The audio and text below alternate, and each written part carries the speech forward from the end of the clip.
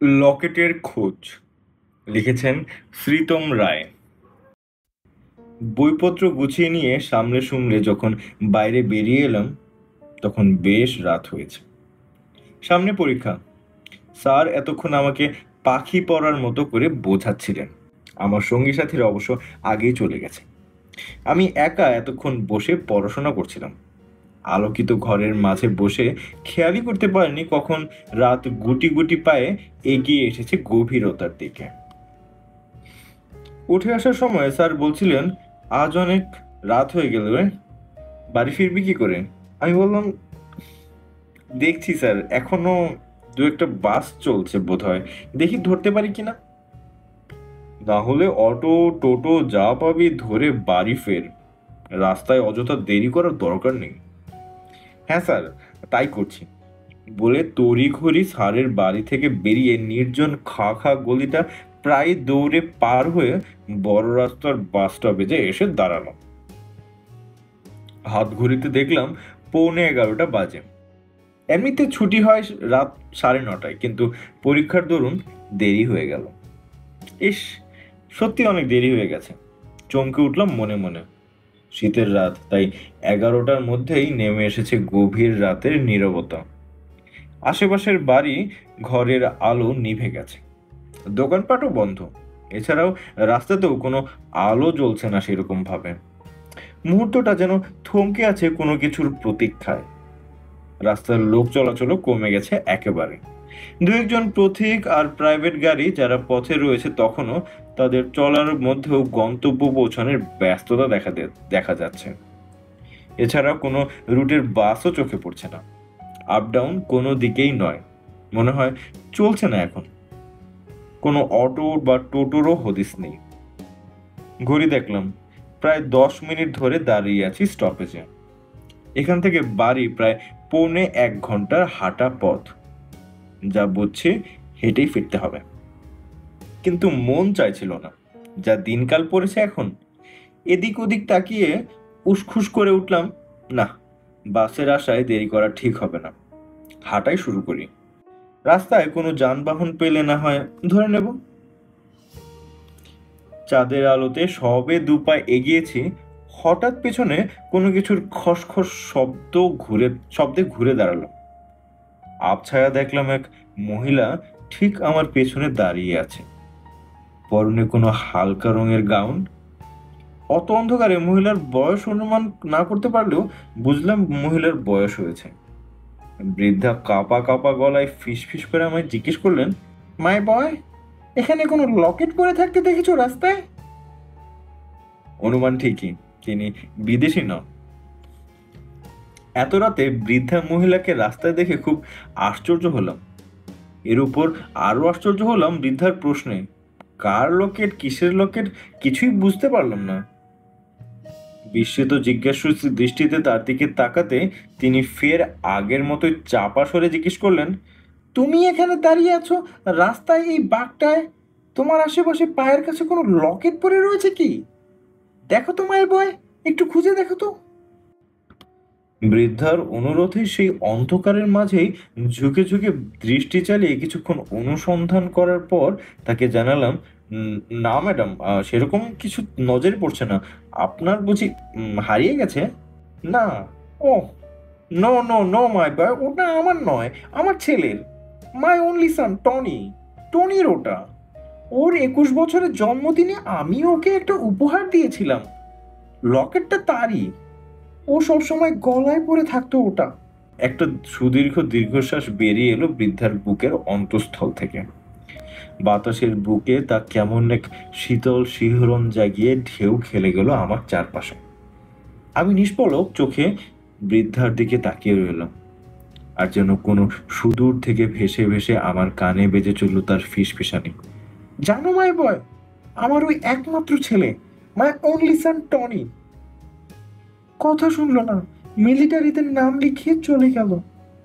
তখন second world war চলছে, এই ক্যালকাটাতেও বম্বিং শুরু হয়েছে। মাঝে মাঝে ওর চিঠি পেতাম, কখনো আফ্রিকার কোনো জায়গা থেকে, কখনো ইউরোপের কোনো শহর থেকে, কাটাকুটিতে ভরা। ও ওর ছোট্ট চিঠি অনেক আশা জড়িয়ে নিয়ে আসতো আমার কাছে। ওর বিশ্বজোড়া নরকের আগুনের মাঝেও ও বেঁচে আছে জেনে আমি খুব স্বস্তি পেতাম। ওর ঘরে ফেরার আশায় দিন গুনতাম বুক বেঁধে। লাস্ট চিঠিটা এলো মিলিটারি হাই কমান্ড অফিস থেকে। ওর গলার লকেটটা পাঠিয়ে আমায় জানালো ও মারা গেছে। সব শেষ, সব শেষ, অল ফিনিশড। একটা ঝড়ো বাতাসের মতো হাহাকার তুলে বৃদ্ধা থামলেন। আমার এই সর্বশরীর শিউরে উঠল। সব হয়ে বৃদ্ধাকে লক্ষ্য করলাম। এই অন্ধকার শীতে নির্জন রাস্তায় এই কার পাল্লায় পড়েছি আমি? কোনো বিকৃত মস্তিষ্ক টস্তিষ্ক নাকি? কিন্তু কিছু বলার বা করার আগেই বৃদ্ধা পুনরায় বলতে শুরু করলেন, মাই বয়, তোমাকে দেখেই বুঝতে পারছি তুমি তখন এই পৃথিবীতে আসোনি সেই সময়ের কথা। তা এক সময় মহাযুদ্ধ থেমে গেল একদিন, কিন্তু আমার ছেলের মতো কত ছেলে আর ফিরল না তার মা বাবার কাছে। আমার মতো কত অভাগিনী মা তাদের হারানো ছেলের স্মৃতিটুকু শুধু আজীবন ধরে রাখলো নিজের মনের গভীরে আপন করে।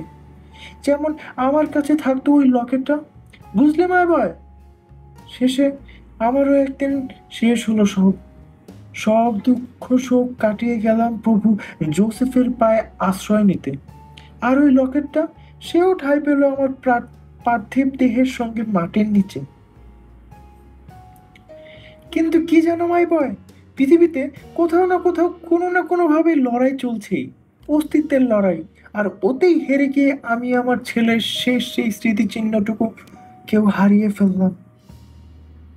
ততদিনে আমার পার্থিব দেহ কফিনের কাঠের সাথে মিশে গেছে ধুলোয়, ডাস্ট টু ডাস্ট।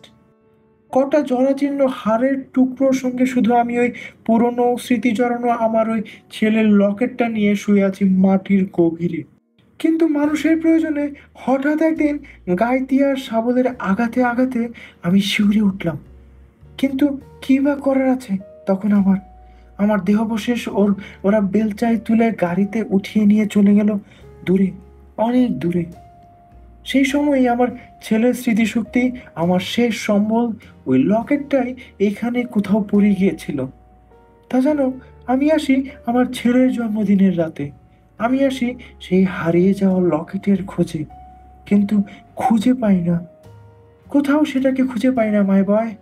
এই নতুন রাস্তাটা আমার সেই কবর ভেঙেই তৈরি হয়েছে না? আর তুমি ঠিক যেখানে দাঁড়িয়ে আছো এখন, ওইখানেই ছিল আমার সেই কবরটা। দেখো তো একটু খুঁজে, লকেটটা এখানে কোথাও পড়ে আছে কিনা।